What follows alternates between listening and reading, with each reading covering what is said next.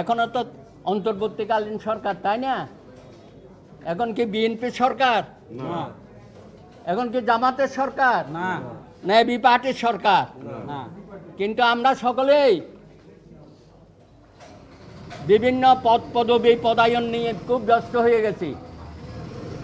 বিভিন্ন জায়গায় কিন্তু আমরা অংশীদারিত্ব নিচ্ছি। এটা ভবিষ্যতের জন্য শুভ নাও হইতে পারে।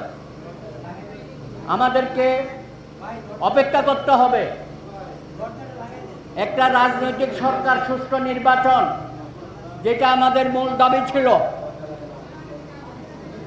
যেটা ফ্যাসিস্ট হাসিনার থেকে আমরা পাই নাই। নির্বাচন ব্যবস্থা ধ্বংস করেছে, ভোটাধিকার ধ্বংস করেছে। শুধু জনগণের ভোট না, বিভিন্ন প্রতিষ্ঠানের, বিভিন্ন সংস্থা, সুপ্রিম কোর্ট থেকে শুরু করে এফবিসিসিআই কত ভোটের ব্যবস্থা তারা রাখে নাই। সুতরাং আমাদের নতুন লড়াই শুরু হয়েছে, এটা মানতে হবে আমাদেরকে। বিরাট চ্যালেঞ্জ। জনগণের যে আকাঙ্ক্ষা আমরা সৃষ্টি করতে পেরেছি, সেই আকাঙ্ক্ষা অনুযায়ী আগামী দিনে জনগণের ভোটে নির্বাচিত একটি সরকার, রাজনৈতিক সরকার প্রতিষ্ঠা করার যে আন্দোলন এবং সংগ্রাম, সেটা শেষ হয়ে যায় নাই।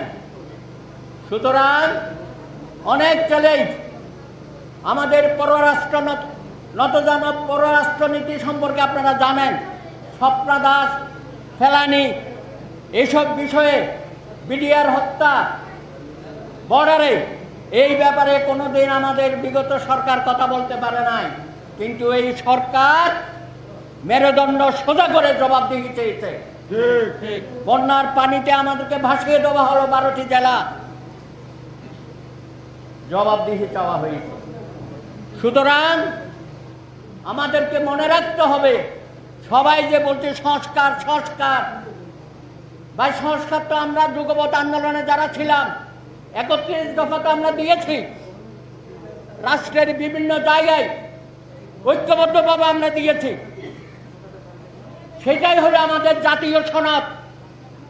সেই জাতীয় সনদকে সামনে রেখে সারা বাংলাদেশের মানুষকে ঐক্যবদ্ধ করতে হবে।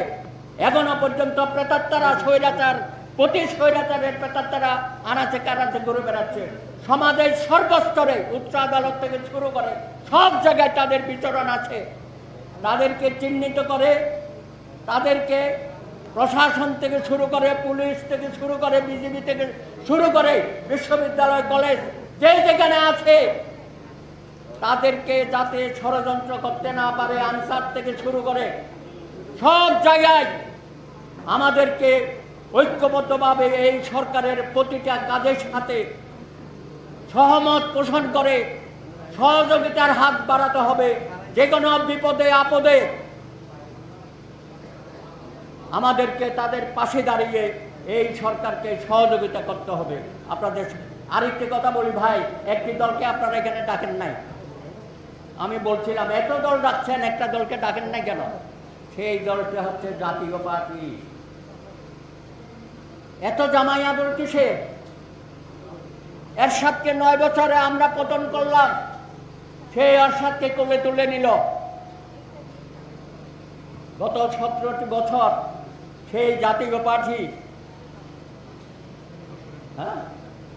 উপরের টো খাইল, গাছের টো খাইল, তলার টো খাইল, মন্ত্রিত্ব নিল, সমস্ত রাষ্ট্রীয় সুযোগ সুবিধা নিল। এখন দেখতেছি তারা বলে জুলাই বিপ্লবে আমরা বিবৃতি দিয়েছি, জুলাই বিপ্লবকে আমরা সমর্থন করেছি, আর তাদেরকে জামাই আদর দিয়ে সব জায়গায় ডাকা হচ্ছে। এটা মানা যায় না। এই প্রত্যেক স্বৈরাচারের সাথে যারা সহযোগী, এই জাতীয় পার্টি একই দোষী দুষ্ট। তারা না থাকতে পারে এতদিন শেখ হাসিনা কন্টিনিউ করতে পারত না। যেভাবে 14 দল তাদের বিরুদ্ধে ব্যবস্থা নিচ্ছেন, আর জাতীয় পার্টির নেতা নেত্রীরা আরামাইশ করে, ভোগ বিলাস করে, এখন আবার অপেক্ষা করছে কার ঘাড়ে চাপবে। দয়া করে আমাদের ঘাড়ে চাপাবেন না।